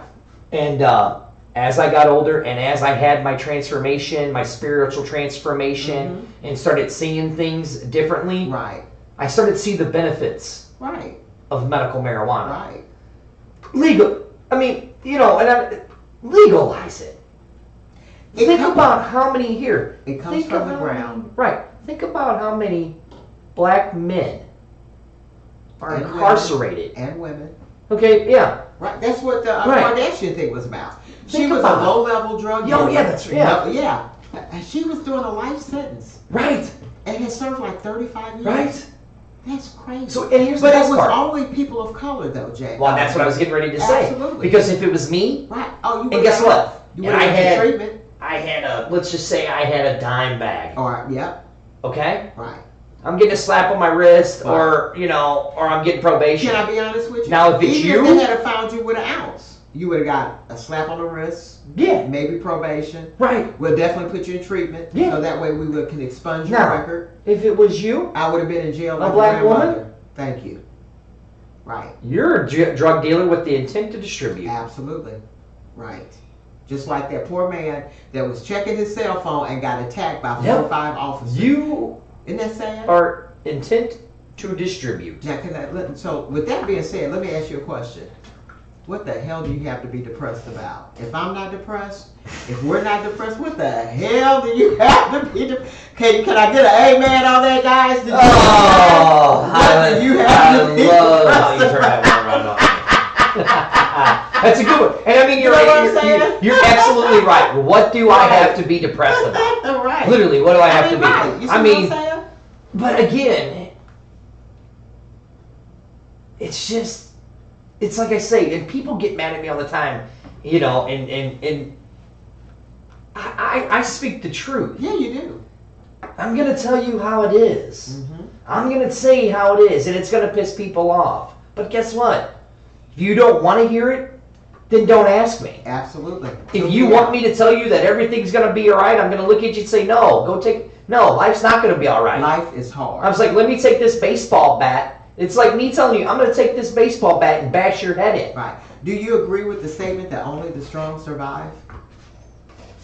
Because you have to be strong. You have to. I mean, come on, baby. I've been in this for Yeah. 60 years. And I hate to say it, and a lot of the stuff we're seeing, we've always seen that. Right. The reason why you guys are seeing it is because we now have video cameras on our phones. Yeah. But this has been going on for years. Oh, yeah. So I'm going to ask you again. What do you have to be depressed about? And then that's the thing is I don't have that answer. Right. It's just something in my head Can I tell you that makes me that way. How many times I've worked these jobs, Mm-hmm. okay, and I've got 40 years of experience. Right. And I have a 20-year-old boss.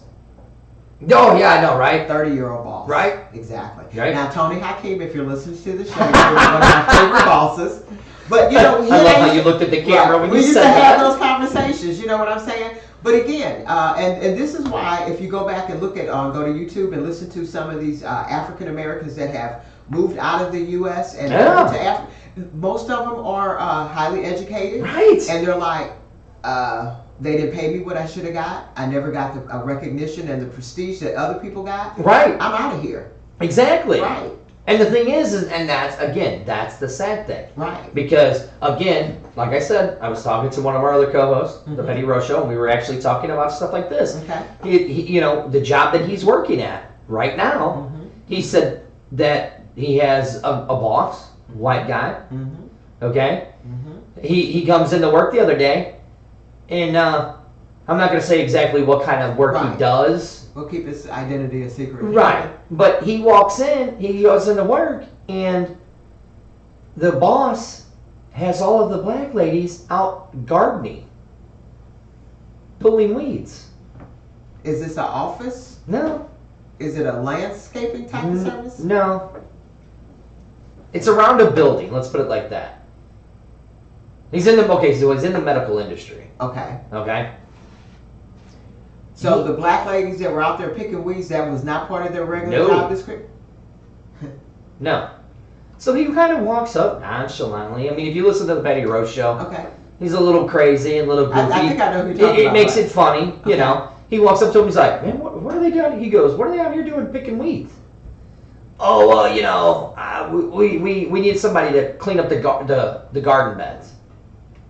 He's like, well, why is it just them? Thank you.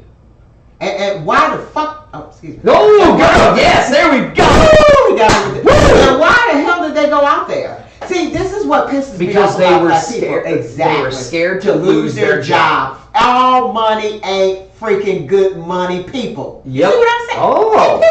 Now, like, if that would have been me, it would have never been you. And the boss said it would never have been you because he would have had enough sense not to ask you. Well, yeah. But just like I was saying about the whole Joy Reid thing, they know who the victims are, the helpless people are, until they run into my ass. And they be like, this black bitch got to go. He goes, I don't play that. He goes, my French guy. Right, he goes, oh my God. He goes, 2018, he got black folks out there picking weeds, not picking cotton, picking weeds. Right, he goes, dude, I ain't doing that. Oh, I wasn't asking you to do it. Didn't I say that? And then, I mean, Petty Row Show, he's a black guy. Yeah. And women, not men. Well, yeah. We had that conversation. Right, yeah. Right. Like, if he'd have looked at me. Right. And said, hey, I need you to go out there and pick weeds. I'd be like, you gonna go wipe this ass? Dave, no, I ain't picking up weeds. Let me be real. That ain't my job. Let me be real clear with you.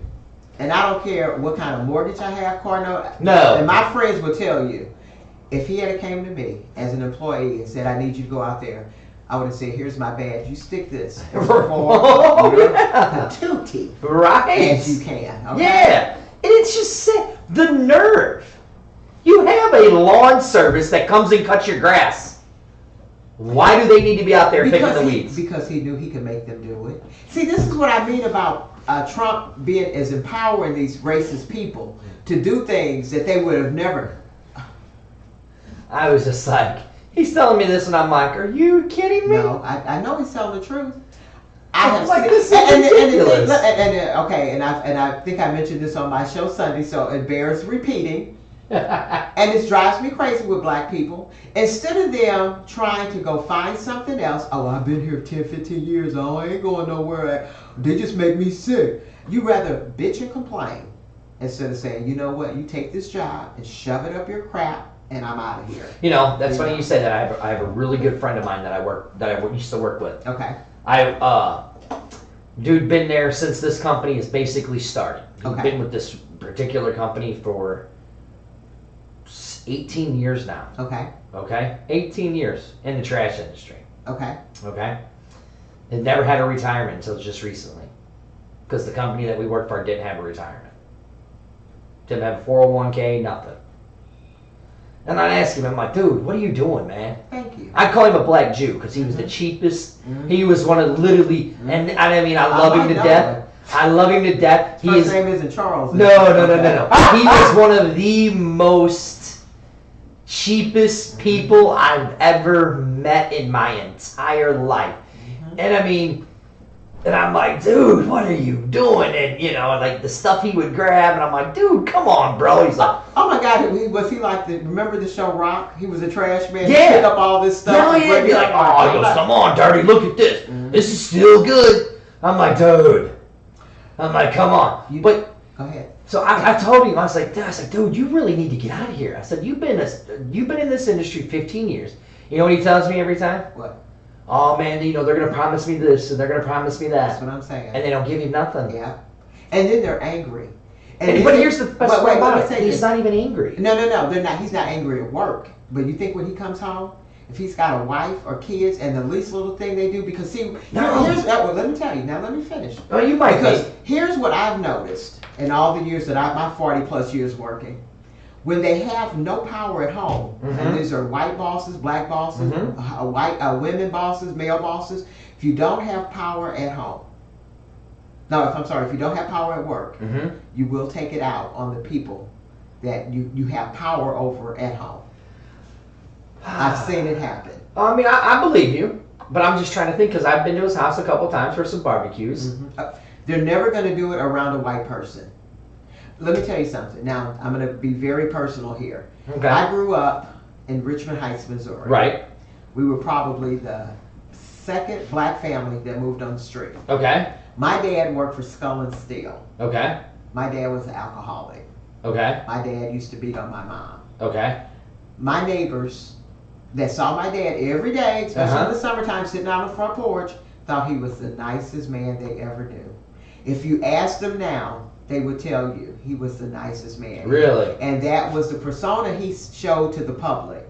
Okay. Inside, behind closed doors, he Uh-huh. was a holy terror. Okay. You see what I'm saying? Because he had no power at work. Right. So his only power was at home. Okay, so in my question then, okay, because I actually had a friend's dad that was kind of like that.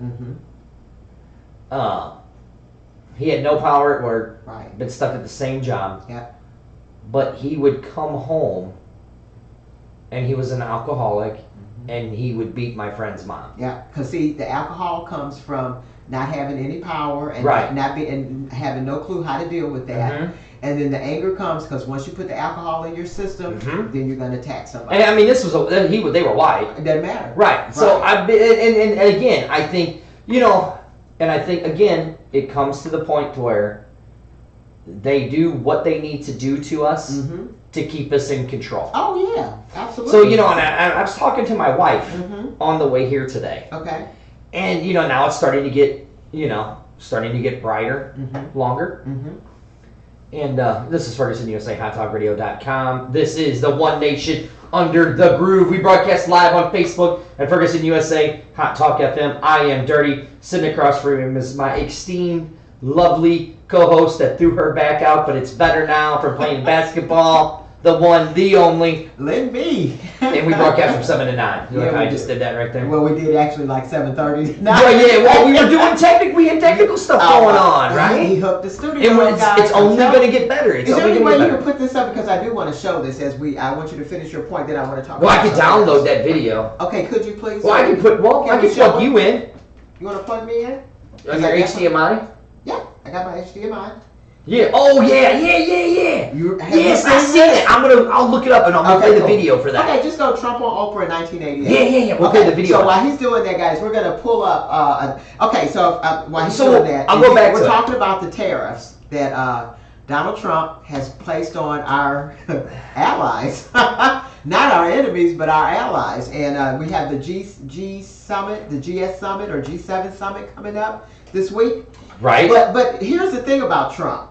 Now, he's an idiot? Well, but he's been an idiot. But you know what? He's actually, with what he's getting ready to say now, this was him when he was like 34, 35. Well, how long is that one? 1988. How long is that video? Let's see. 3 minutes and 10 seconds. Okay, that's the one I'm wanting right here. Cool. Okay, so but let me finish this one little point about Ferguson real quick. And can we get that? Okay, can they see it on? Yeah, we want this so that they can see it as well. Well, I'd have to download it to my laptop. Oh, okay.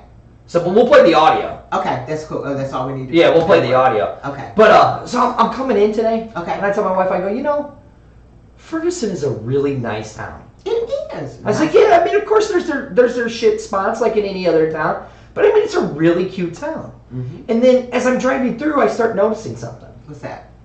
Chicken shops. Liquor stores. Yeah. Pawn shops. Yeah. Liquor stores. Yeah. Chicken stores. Pawn shops. Yeah. Garages. And it's funny. Yep. And also don't forget Metro PCS cricket. Yeah. Church, church. And churches, right. Liquor store. Pawn shop. Church. You don't see that out in St. Charles, do you? You don't see it in a white community. Thank you. And here's the reason why. Is because they are flooding the black communities and the minority communities with all of the evil stuff. Sure. Early death. To keep them under control. Thank you. The government is. Exactly. You know, and I mean, one of my favorite lines in the movies was The Boys in the Hood. Okay. When Lawrence Fishburne takes Ice Cube. No, not Ice Cube. Cuba Gooding Jr. and what was Ricky's name? Morris Chestnut. Yeah, Morris Chestnut. Right. He takes him to the billboard. Right. And he says, "Look, boys, look around you." He goes, "What do you got on every corner? You got a liquor store. Thank you got a pawn shop. You got a chicken place, and a church. Go to the white community. What do you got?" Thank you. Got banks. Mm-hmm. Got businesses. I mean, up and coming businesses. Mm-hmm. And he goes, "So what are they doing? They're keeping all of this negative stuff in here to keep you blind. Yeah. And to keep us separate. Yeah. And to segregate us Yeah. from everybody else." Yeah. And the sad thing is, it works. He's absolutely right. So here we go. This is Donald Trump from 1988. And I've seen this. I love it. And if anybody says Donald Trump never talked about being president, didn't he? Did he not say it there? Go to Howard Stern. Listen to him. Go to Oprah. But here you go. Major U.S. newspapers last year criticizing U.S. foreign policy. What would you do differently, Donald? I'd make our allies, forgetting about the enemies you can't talk to so easily, I'd make our allies pay their fair share. We're a debtor nation. Something's going to happen over the next number of years with this country, because you can't keep going on losing $200 billion, and yet we let Japan come in and dump everything right into our markets and everything. It's not free trade. If you ever go to Japan right now and try to sell something, forget about it. But yet, didn't he file bankruptcy? Like a million times. Okay. Which is why he left the U.S. and started doing business in Russia. Okay. Right? He filed bankruptcy? Okay. Okay, here we go. Just forget about it. It's almost impossible. They don't have laws against it. They just make it impossible. They come over here, they sell their cars, their VCRs, they knock the hell out of our companies. And hey, I have tremendous respect for the Japanese people. I mean, you can respect somebody that's beating the hell out of you, but they are beating the hell out of this country. Kuwait, they live like kings. The poorest person in Kuwait, they live like kings. And yet they're not paying. We make it possible for them to sell their oil. Why aren't they paying us 25% of what they're making? It's a joke. This sounds like political presidential talk to me, and I know people have talked to you about whether or not you want to run. Would you ever? Probably not, but I do get tired of seeing the country ripped off. Why would you not? I just don't think I really have the inclination to do it. I love what I'm doing. I really like it. Also, he really loves what he's doing. Yeah, and at that time he was kind of successful. Right. Like I said, let's see, that was 1988. It was in 1988. And he is 71 now. Yep. Right? Okay, let's go ahead and do the math here. Okay. So what, that's 30 years ago? 1980. No, it's literally 30 years ago. Yeah. So he was 41. No way was he 41 in Yeah. the What's 2018? 20. Oh, it is 18, isn't it? Yeah, it was 30 years ago. 30 years ago. So he's 41. No way. I know, right? He was Okay. good for 40 I know, years, right? Didn't he? Right. Here we go. All right. No, it doesn't. And she said it doesn't pay as well. I just Exactly. probably wouldn't do it, Oprah. I probably wouldn't, but I do get tired of seeing what's happening with this country. And if it got so bad, I would never want to rule it out totally, because I really am tired of seeing what's happening with this country, how we're really making other people live like kings, and we're not. what do you think of this year's presidential race, the way it's shaping up? Well, it's going to be very interesting. I think that probably George Bush has an advantage in terms of the election. I think that probably people would say that he's got like that little edge in terms of... Who did he run against in 88? George Bush? That was George H.W. ran against, go ahead, this is going to play, Dukakis. Yeah, I think it was Dukakis was an idiot. He just was weak. Yeah, that's true. But can I tell you something? Most of the Democrats are weak. I am not, other than Obama, and he only did what he was allowed to do. Because most of these guys are just figureheads. Right. I have no political affiliation. I don't I'm either. Independent. Absolutely. Yeah. Best man for the job. Absolutely. And or best woman for the job. Exactly. Or maybe now best ET for the job. Right. There you go. All right. So let's go back to it. Right. Okay. The incumbency, et cetera, et cetera. But I think Jesse Jackson's done himself very proud. I think Michael Dukakis has done one hell of a job. And George Bush has done a hell of a job. You know, they all went in there sort of as semi-underdogs, including George Bush, and they've all come out. Okay, so he mentioned George H.W. Bush, right. Michael Dukakis, and Jesse Jackson actually ran. Yep. Now, here's what's funny about that. So apparently he didn't have an issue with Jesse Jackson running. No. But when Obama ran, he lost his damn mind. Because, listen. What's the difference? You cannot be an American with the name Barack Obama. You have to be a Muslim. Can I tell you something? I don't think it was that. You know what I think it was? Wait. I think it was the fact that he was biracial. Wait. No. His name is Barack Hussein Obama. Right. You cannot have that kind of a name and not be a Muslim.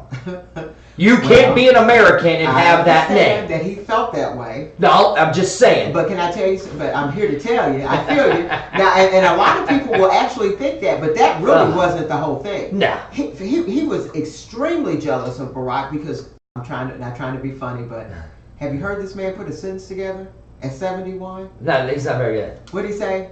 North Korea bet not ought to try to come after us. I'm like, he did not just say that, right? Oh, yeah. He does not like that, right? And I'm here to tell you, it's a lot of whites that cannot stand it when blacks are a little bit more intelligent than they are because they were always told. Wait, really? That happens? Because, you know, we're not supposed to be No. superior in intelligence. No. Exactly, right. Right? Exactly. That does not happen. Oh, yeah. You mean there are smart, intelligent, and intellectual black people? Absolutely. That's not what I've been taught. You've been taught about Donald Trump. That's right. That's not what I've been taught. Right.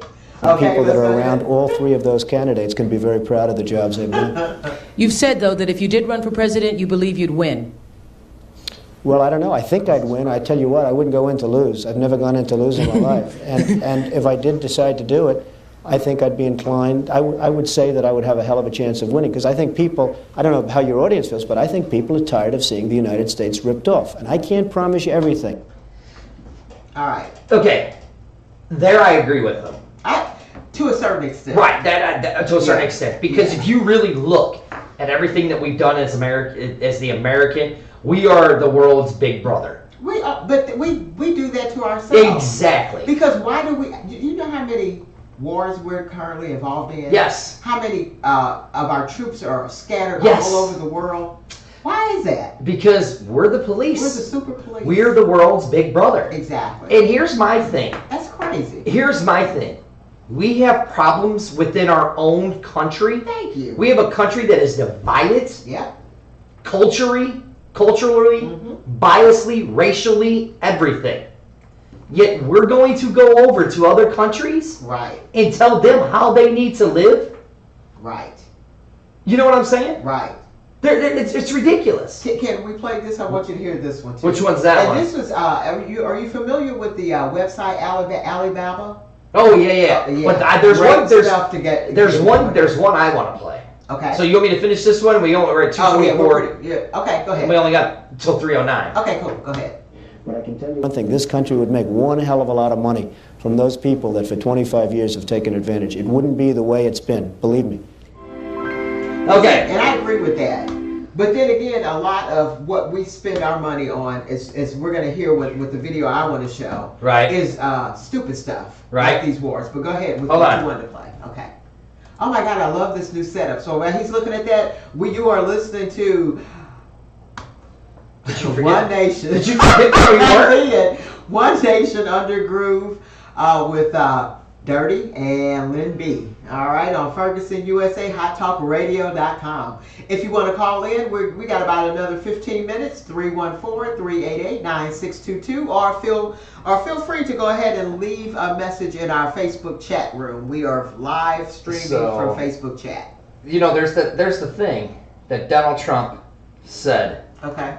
Back in the day. Here it is. Actually, this was just in this election, right? What Donald Trump says. Iowa presidential candidate Donald Trump launched a stunning attack on his fellow Republican frontrunner Ben Carson. I like that Trump too. held almost nothing back at last night's campaign rally. He also attacked other opponents, the Obama administration's response to ISIS, and even some Iowa voters. Major Garrett is at Drake University in Des Moines, where CBS News will bring you tomorrow night's debate. Major, good morning.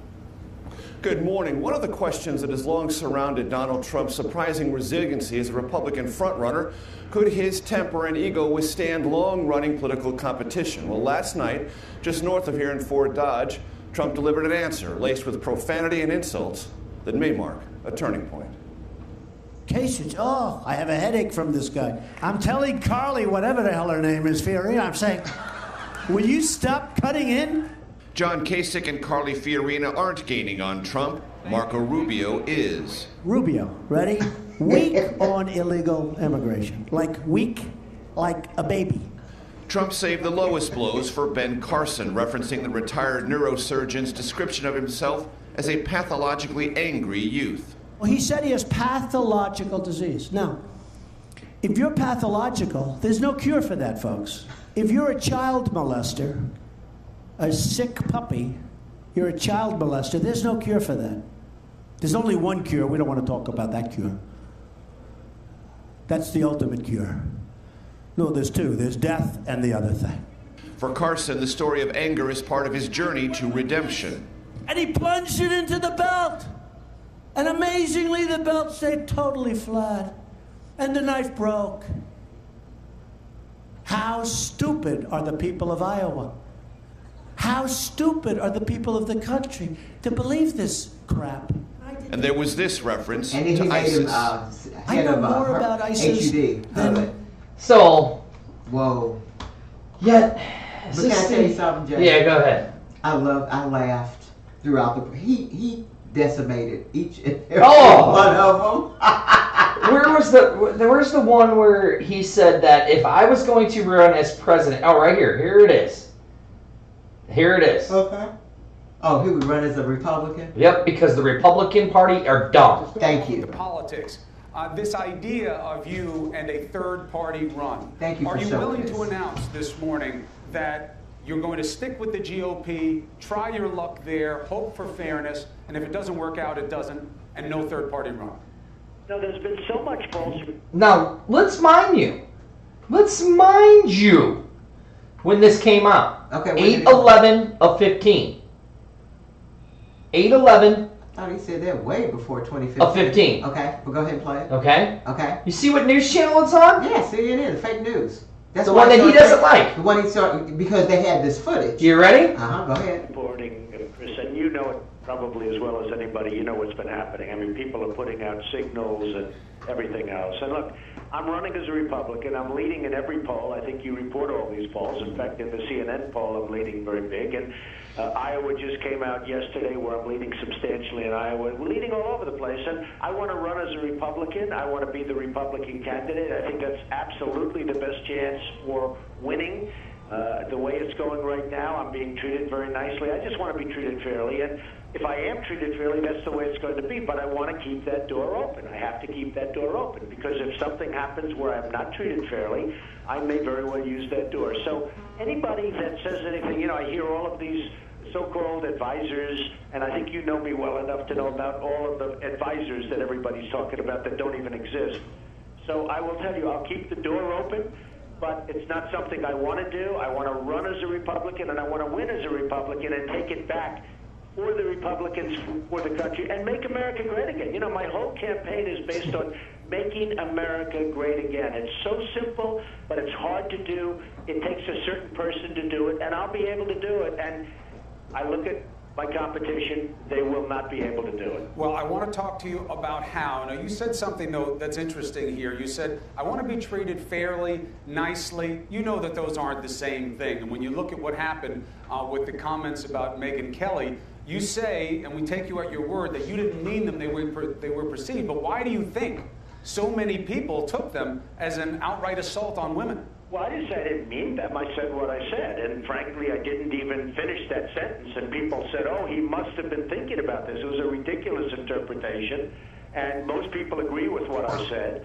And, you know, what I said was very simple. And I wanted to get on to the next thought. And frankly, I don't even know how it could have been misconstrued unless somebody's a deviant, which in the case of the character that frankly saved me a lot of fuel money, Eric Erickson, who is a guy who's got a very checkered past and lots of checkered, stupid statements. and it wasn't a big deal, frankly. And he, by the way, he had a revolution out there. He had a riot out there when he announced I wasn't going to be there. So, you know, unless you have a sort of a semi-sick mind or a very sick mind, you wouldn't have thought that that would have been, you know, that would not be the normal thought process. But it's, you know, it's sort of irrelevant. I mean, there are lots of other things that happen in politics that are certainly a lot worse than that. In terms of getting the female vote. I can't hear his voice anymore. So you found an article. Yeah. Okay, what do we got over there? Okay, so let's see if we can go to the Independent, www.independent.co, or either I could just play it and see if we can hear it. Well, here, I can plug you in. Okay. So plug that in, All play right. that. All right. And then what was the other one you wanted me to look up? I have it on the other one. This is the Alibaba. Which one? Alibaba? Uh-huh. Where the CEO talks about why... Ooh, there we go. Okay, cool. All right, let's see if we can... Well, actually, you can just play them now. Okay, let's see. Because we're only watching the video for us. Right. But I'll figure that out later. Of course. Don't you hate these commercials now? And you notice you can't even click on Nope, can't even click on them. Yeah. It's the government doing it for us. So they're not going to... Okay. So I'm going to read it. Okay, yeah, go ahead and read it. Isn't that horrible? Yeah, go to your Alibaba and have that one ready. Okay, I already got it up. Okay, yeah, there you go. All right, so this is what I'm reading from, let's see. This came from www.independent.co.uk. So it's a UK paper. Fake news. Right, and it's Wednesday, the 31st of May, 2017. Jared Kushner admitted Donald Trump lies to his base because he thinks they're stupid. And I remember him saying this before. Trump's son-in-law said he just knows Republicans are stupid and they'll buy it, according to former New York Observer editor. Now, I'm going to go down into the article where the editor is actually talking to Jared about doing a article on Trump. Okay, so it says the former New York Observer editor, let's see, okay. When I was the editor of the New York Observer, Kushner and I were going back and forth about how the paper should cover him, talking about Donald Trump. And this is Elizabeth Spears. She wrote in a post on Twitter, I told Jared that I was particularly appalled by his father-in-law's birtherism stance, which I viewed as cynical and racist. He rolled his eyes and said, he doesn't really believe it, Elizabeth. He just knows Republicans are stupid and they'll buy it. So that's sort of like the same thing that he said about the whole thing that he told the owner of one of the football leagues that I got to have this with the players not kneeling because this is a win for me. Right, exactly. Remember that? Okay. So this is how this man thinks. Now, what I want to play, and I hope I have this on video. Yeah, I do. It's about. Oh, you know what? Here's one that's even just goes right to the heart of the matter. Okay. And this is Alibaba founder Jack Ma, M.A. Right. And if you guys are familiar with Alibaba, I love their website. Let's see. You might have to turn it up a little. Okay. Let's see here. This is my grandson playing on my computer. Oh. Wow. I'm going to shoot it. Oh, there we go. Right. I'm going to reply. Okay. Okay. Hold on, guys. I'm going to start it over. Here we go. Inside Trump Tower. Past the 30 years, the Americans had 13 wars, spending $14.2 trillion. $40.2 trillion. What if they spent a part of that money on building the infrastructure, helping the white collars, the white collars and blue collars? No matter how strategic good it is, you're supposed to spend money on your own people, right? Not everybody can pass Harvard. The window for an Alibaba is the piracy. This is my view. We should spend money on those people who are not good at schooling. And the other money, which I'm curious about, is that when I was young, I heard America is about Ford and Boeing, those big manufacturing companies. The last 10, 20 years, I heard about is Silicon Valley and Wall Street. The money goes to the Wall Street. And what happened? Year 2008. The financial crisis wiped out $19.2 trillion US alone. They wiped out all the white collars and destroyed 34 million jobs globally. So what if the money, not on Wall Street, what if the money spent on the Middle East, Middle West, of the United States. Developing the industry there, that could be changed a lot. So it's not the other countries steal jobs from you guys. It is your strategy. There it is. You do not distribute the money and things in a proper way. All right. So we've heard it right there. Yeah, and that's true. Yep. I mean, Warren Buffett, one of the richest men in the world, says, why are we leaving the entire middle part of our country when we can build the industry, our industries there? Mm-hmm. Exactly. And build our jobs and build jobs to our communities. Why? Because the Republicans and the Democrats, the dummies, all of them. Yeah, they really are. It's all about money to them. Thank you. And that's what I say to people. They're like, oh, I'm a Democrat, or I don't like the Republicans. Blah. I'm like, show me a poor politician. Thank you. They go, Bernie Sanders. I go, no, you son of a bitch. Right. Bernie Sanders ain't poor. Not at all. Bernie Sanders ain't poor. Right. And then that dude's over a couple $1 million. Easily. That's poor. Exactly. That's poor. And what makes me mad is when they finally leave Congress, because we don't do term limits, and something that I've always been a big advocate for since I've been voting since 1976, is then they become lobbyists. And they make even more money. It doesn't matter, and that's the thing. That's what we're trying to tell you people. Right. It doesn't matter. They're trying to keep us divided so they can continue to do this kind of crap. And this is why you have to quit watching fake news. All news. All news. Go on and do the research. Right. And this is why we preach. Right. Exactly. We need to stand as one. Amen. We need to get rid of our racism towards each other. That's right. We need to start seeing people for people. Right. I mean, I sit and I know people, you know, like I've had this conversation with my wife and her friends and younger kids. They're like, well, you're just demeaning me if you don't see me as my skin color. I go, explain to me why. I've never heard that, Jay. It's this new thing now. It's this new thing now. That if you don't... If I see them as... if I see you as a woman... Just as a person. As a person. And not as a black person or a black woman. Or as a... No, I can't see him as a woman or a man or anything now. Okay. Okay? By me saying, I don't see... The first thing when I see you is I don't see your skin color. Right. They're like, well, that's being ignorant. I go, why is it? Explain to me why it is. Can I be honest with you? Yeah, go ahead. Because that's not realistic. It really isn't. I mean, it sounds good to say it, right? But everybody sees everybody's skin color. Mm-hmm. I'm just keeping it real. No, you know what I'm saying? And you're absolutely right. And this is from somebody, like I said, you saw my grandbaby, right? Right. Yeah. It's so many of y'all in my family. Right. You see what I'm saying? And I mean, even to the point, my step grandfather was white. Right. But you got to see color. How can you help it? If I see an Asian walking down the street, I don't see yellow, but can I be honest with you without being racist? I see slanty colored eyes. I see that most of them are slim. It blows me away when I'm being totally honest. It blows me away when I see the young women and they have dyed their hair. Right. Because I'm so used to them just having black hair. Okay, and so now you're saying that. Right. Is it more that we're seeing as a stereotype? I think I just see that as an Asian person. But I mean, you see, okay, so you've just described. I mean, because they're not yellow. Right. You know what I'm saying? I mean, if I see somebody walking around with yellow skin, I'm going to say, hey, have you been to a doctor? Right, right. It sounds like it looks like you're jaundiced. But I can't say, I don't see color. You know what I'm saying? Okay, I can see the point. Now, what you might want to say is when I see you as a black person, but a person that I want to get to know to see if you're somebody that would be that would bring value to my life. I can see that point. I can see that point. But you're gonna always see color. Yeah, I mean, okay, I can see that point. But the way I look at it is why is it that like if I'm talking to, okay, well, prime example, I'll use you. Okay. I'm talking to a friend. Oh, my friend Linda. Linda who? Oh, my black friend Linda. Right.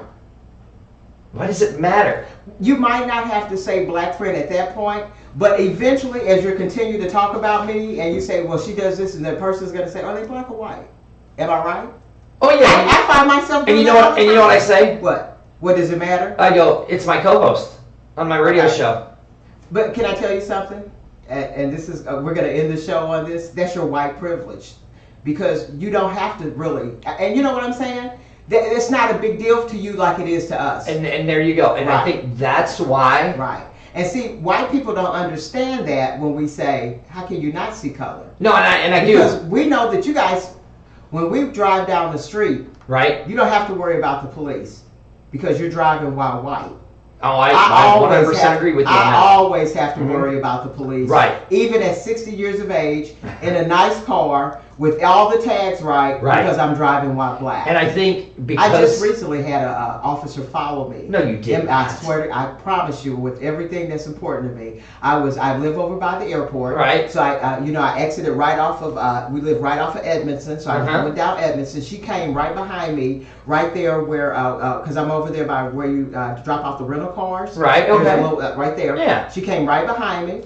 I jumped on Highway 70. She went right behind me. She followed me all the way to Lindbergh, and she only stopped when I got off at St. Charles Rock Road. She came even all the way out of her jurisdiction to follow me. Wow. This was a white woman, young. And can I be honest with you? Oh, yeah, I go saw ahead. that she had ran my tags. Because that's what the So show's about. after she ran my tags, then she realized that there was nothing she could pull me over for. Then she just wanted to intimidate me. So I believe that. So Jay, Dirty, I believe that. we see color. And okay, and I feel what I'm saying? No, and I completely 100% see And this your is point. why we do this show. Right, and You know I what I'm 100% saying? It would see be your point. nice to say, oh no, I don't see. I mean, because like I said, when I see somebody nice, okay, keeping it real. When I see a man, and I don't care if especially if he's fine, and you guys know me, right? I'd be like, damn, he's fine. I don't care if he's white, red, brown, green, yellow. If he's fine, he's fine. Okay. But you have to see it. Yeah, I see what you're saying. Because when I go and describe him to a friend, I'm saying, girl, I saw this white boy. Damn, he was fine. You see what I'm saying? I'm just keeping it real. And I see what you're saying, but I guess because of the things that have happened to me in my life and the things that I see, right. I see you as my equal, regardless of your skin color. And I believe that. And Everybody I believe here you have sincerity about that. Everybody but that's here, white privilege. Well, and you're right, and I see it. But here, at the Ferguson family, your family.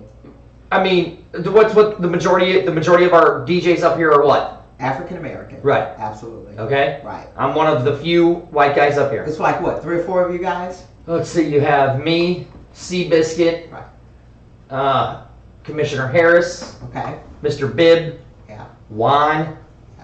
Oh, I haven't met Juan yet. I got to meet Juan. Well, yeah, you will be. Exactly. Juan is in Chicago covering UFC for us on Ferguson USA. Okay. And then we have the Commander Call on Wednesday. And here's the thing about that. Now, we have issues in the studio as far as people not touching things that we tell them not to touch.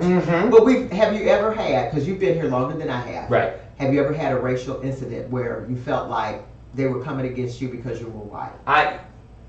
And keep it real. No, I'm going to keep it real. All right, cool. I think when I first came in, I had to prove to everybody, hey, I'm not here to change anybody's time slots or anything. I'm here to help better the station. Right. You know why?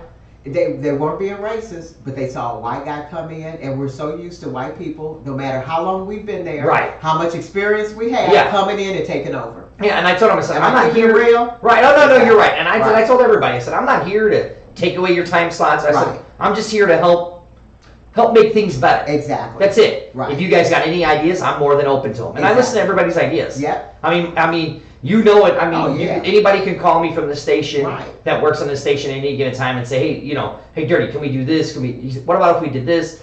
What about if we did this? And I'm like, yeah, okay, it's going to work. Let's do it. I'm going to say this, and we're going to end the show because it's after 5. It's after 9. 5 after 9. But we did start at 7:30. Yeah, we did, but I got to get out of here. I know. If everybody acted and thought like you did, we wouldn't even have to do this show. Right, and I see, and I think that's, and I understand where you're coming from with the white privilege because I see it that way. Oh, yeah. But to me, it's demeaning somebody to see them, and I know people are like, well, that's just ignorance. But I'm like, no. I said there's cultures. There's a white culture, there's a black culture, there's a Mexican culture, or a Spanish culture, there's an Asian culture. I go, we should respect the cultures. But see, do we need to demean somebody? But you know what the by problem that? is? You know what the problem is? What? And I'm going to take it back to my when I worked in 2004 at that chemical company in Dayton. I was, again, they had been there 30 years, finally hired a black person. Right. And she actually had to get permission from the president, who worked in the office next door, Wow. to hire me. And this was in 2004. But here's the conversation that I had with them, because they were asking me questions that they were asking me in 1968 when we moved on Collins in Richmond Heights. Right. How do you guys do your hair? Well, what do you guys eat? And I said, whoa, guys, it's 2004. What the hell? Right. I was asked these questions in 1968. Yeah. And I asked them, I said, do you have any black friends other than the people you work with? And they looked at me, no.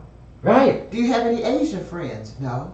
White people like to isolate themselves. And you're They really absolutely right. Because, okay, We do. I had a really good friend. Her name was Jowie. I can't remember her last name, probably couldn't even pronounce. Oh, Patel, because her dad was an eye doctor. Not being racist, but he was an eye doctor.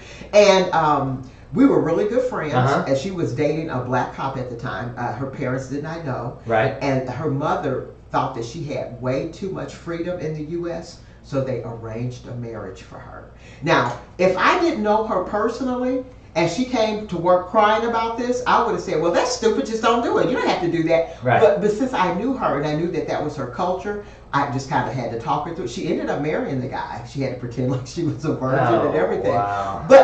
But I had opened myself up to get to know her. Right. So I have friends of all types of persuasions, because like you, I enjoy talking. And Right. the only way I'm going to get a chance to see somebody, to see if having you in my life is going to add value to my life. Has and it? you're going to add value. You have added so much value to my Have life. I? Oh, okay. You have. You really Okay. have. Because if you did, I'd have kicked you to the curb a long time ago. So, okay, with that Right. being said, Right. and then we're going to end the show. Okay. Okay. As we go to 10 after the hour. Right, no, this will be it. Okay. Okay, because I respect your opinion. Oh, sure. Okay, because we keep it real. We've had some We keep it real. very real conversations Absolutely. doing this show. So should I see people for their skin color then? Or should I see them for just the person that they are? The reason... You tell me. Okay, the reason why, and I said this a minute ago, and I mean this, you don't see skin color, is because you get to know the person. Okay. See, you know the heart. Okay. So that's why skin color doesn't really matter to you. Okay. You know what I'm saying? All right. We don't have that luxury. Okay. Because you might be cool one day, but I can come in here on a Tuesday and you're a whole different person. And unfortunately, we've seen that happen. Oh, you know yeah, what I'm saying? I see your point. And I'm sure you've seen it as well on the flip side of it. Yeah. But like you, I think it's great to try to look at, because we should all try to look beyond the color. Right. But I think it would be a little naive to say that we don't pay attention to skin color. See, now I respect your opinion. I believe that. And I will take that. But Okay. these younger kids, Yeah. I won't respect their opinion because they're all idiots. Well, they're not though, because they're basically, well, a lot of them are going by their experience. Jason, you got to remember. Dave, Dirty, you got to remember. Who's Jason? These are people that have probably been stopped by the cops on a regular basis, harassed, ridiculed. I've actually even had a HUD settlement because I was discriminated against trying to purchase an apartment back in the 80s. No, and they ended up paying me. HUD paid me big time. That's ridiculous. But that's where we are. Well, because you say that, then I will start seeing people that way. Well, I want you to continue to see people the way you do. You Right. just might want to keep that opinion to yourself, because especially in this age, I mean, it just doesn't make sense. It's just very naive to say I don't see color. Nowadays everybody is seeing color. Right, and You know what I'm saying? that's the point. sad. And that's what I'm and saying. this is why we have chaos. And that's what I'm saying. Yeah. If we have to see people as one. But they got to get out and get to meet people. Well, you you're right. can't just stay right there in You're your right. own little. And I see They that all do. the time. And what's so funny, even when we go to these jobs and they go, well, how come when people have lunch, all the black people eat together, and have you noticed that all the white people? Oh, yeah. Because that's who you're comfortable with. Right. It's Exactly. It's not a racial statement. It's just I'm gonna go eat with my friends. Right, exactly. You know? Right. All right, this is Ferguson Okay. USA. This is One Nation Under the Groove. This is Ferguson USA, HotTalkRadio.com. We broadcast live every Thursday from 7 to 9, and we broadcast live on Facebook at Ferguson USA Hot Talk Radio. I am Dirty, my esteemed colleague whose opinion I respect more than all of you other idiots out there listening to us. If she tells me that I have to start seeing people by their color, then I will, because the one, the only other woman who speaks the truth like I do, I'm pointing to you. Okay, Lindy, I'm looking at a Tic Tac or something on the Oh. down there, right? It's like, we can't have that. We don't Oh, I need that cord. I'm playing our theme song and you there. This is the second most unprofessional professional show on the internet. And we are gone. Woo!